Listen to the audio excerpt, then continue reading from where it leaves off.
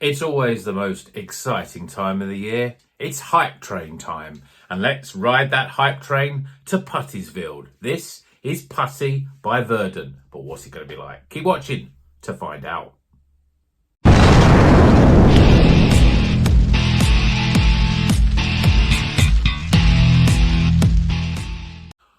Welcome back to Rocker's Beer Review. Today we're reviewing the biggest hype beer of the year. And it's every year, January, every year. This is Putty by Verdant. And this is the beer that everyone has been clamouring to get. You might have seen a few videos of it. But this is an annual release from Verdant. And it's just one of those sort of beers that just creates this hype. At the end of the day, it's a double IPA with Azacca, Galaxy and Mosaic in it. So what makes this beer generate that hype? Or is it just generated because for the likes of, just for the sake of hype? Or is this the best double IPA that money can buy? Well, when it comes to money, you've seen some crazy prices of this out there. I paid £8. It's still expensive for a double IPA. Recent ones that I bought were £6.50, that sort of price. So a little bit more expensive. But it obviously demands, there's a demand for it. And so retailers are going to sort of, put the price up enough so it doesn't all get sold out really quickly and there's more to go around. And I suppose at the end of the day, January, everyone's doing dry January. Well, a lot of people are doing dry January. A lot of people are not drinking as much. So it's a way of creating a bit of more buzz around the bottle shops, around craft beer bars and stuff like that. And so every year's the same. I didn't have this last year. I had it 2022 and 2021, both good, but again, it's difficult when you got a year between them. It's difficult to sort of determine whether it actually is different or better. So we can only sort of judge this beer on the merits of this as a double IPA right now. Obviously, it's probably going to be judged more with some of the great beer double IPAs that I've had recently. Especially that one from just at the end of last year, the Evil Dead 2 by Rivington was really good. But I've had some other good double IPAs. Let me go over to my... the other Rivington one's Blood Machines. I mean, that's the one to beat, really, for this year, because that came out literally a few weeks ago. Yes, it's a re-release, just as this is to some extent. And that was a brilliant beer, and it wasn't £8, so... But obviously, some people have been paying 9, 10, 11. I've even seen some people paying £12 for a can of this. So let's crack it open. We'll get it in the Tetu glass because I think it deserves a little bit of a premium glass experience. And we'll see what all the hype's about. I mean, certainly pouring it, this is what Putty's all about. It's a beautiful sort of yellowy coloured beer. Lots of sort of wheat and oats in there. And yeah, look at that. I mean, that is a beautiful looking beer. Absolutely stunning. Let's see what the aroma's like. I mean, let's describe it more. So we've got a thick, yellowy orange. I mean, it's gold. It's caramel, to one of a better descriptor of it. We've got a finger of just sort of beige head there, which probably won't stick around, even though it's fairly compacted. It just looks beautiful. Let's see what the aroma's like. It's just a pungent fruit salad, really. Lots of stone fruits, mango, apricots. The hops are Galaxy, Azacca and Mosaic. So we're getting a lot more of those sort of dank, sort of tropical hop varieties, I suppose. It doesn't smell... The one thing with this, because it's new and it's, it's literally been out a week, I'll have a quick check to see if it's got the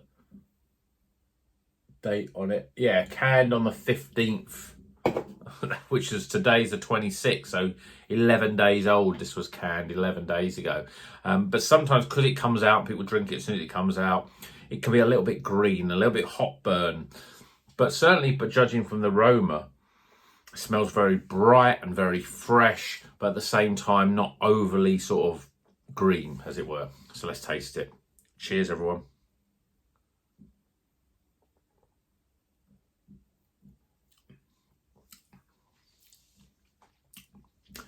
It is the benchmark when it comes to double IPAs. It's soft, creamy, quite a thick body. And actually, again, difficult to describe, but I'm sure I would almost say this is the best putty I've had. It's just really smooth. You don't really get any of that 8% ABV. It's got a nice sort of pungent fruit sort of flavour. Like the aroma, there's all that stone fruit, mangoes, peaches, apricots. That's the big flavour, really. And then there's a little bit of sweaty dankness that's not overblown, actually. I expect a little bit more overblownness in terms of the dankness. I must admit, because I didn't have this last year, it's been a while since I've had it. And back then, double IPAs, I didn't really drink many double IPAs, but I'm drinking more now. I'm really getting the taste for them. And so I can appreciate this beer much more now than I probably could, 2 years ago when the last time I had it. But this is soft, it's smooth, it's fruity, it's really well balanced. There's no hint of hot burn. There's no hint of any sort of the alcohol burn either. It's just really smooth, fruity, just a really tremendous beer. It is the benchmark for me for double IPAs. I was worried that I would have thought that it wouldn't live up to the hype. I mean, that's always the problem. You hype up a beer, hype up a release, and it's like, yeah, it can never get up to those expectations. But this is a really good beer. I think it's actually better than the Blood Machines one. I'm going to just quickly check, because I think the Blood Machines is a similar hop profile as well. Yeah, this is Citra Idaho 7, so completely different actually, but it has got Galaxy and Azacca in it, which this has got Galaxy and Azacca. Again, difficult to remember exactly how that was, but it's similar in terms of its flavour profile. Lots of stone fruits. You're not really getting, if I was being sort of picky, and it is being picky, you're not really getting that. You're not getting much complexity. You're getting a lot of peach and apricot and mango, and then there's a little bit of hint of sort of citrus fruits.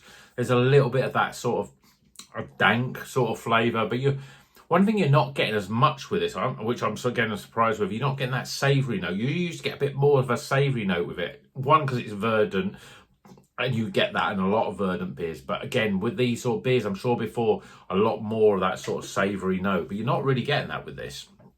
I just think it's smooth. It's very drinkable for an 8% beer. It actually is it 8%? Yeah, it's 8% on those. For an 8% beer, I've got a regret. I thought I'd only buy one. I should have bought more, because this is a really good beer. I've really enjoyed this one. I'm going to really sit down and just enjoy the beer for what it is and think, yeah, well, okay, I paid £8, but actually, I'd say it's worth it. I mean, yes, I've drank quite a bit of supermarket beers recently, so you can't bench this against a supermarket beer. It's like the difference between drinking lemonade and champagne and going, well, they're both fizzy, they're pretty similar, but they're, completely different at the same time. And that's what this is like. You put this up against a general sort of supermarket beer, and this is the fact that it's 3 times more expensive than, or 2.5 times more expensive than a supermarket beer. It is. It's worth it. It's got those flavours. So I've already whittled on enough. I'm 8.5 minutes into this. Let's get some scores.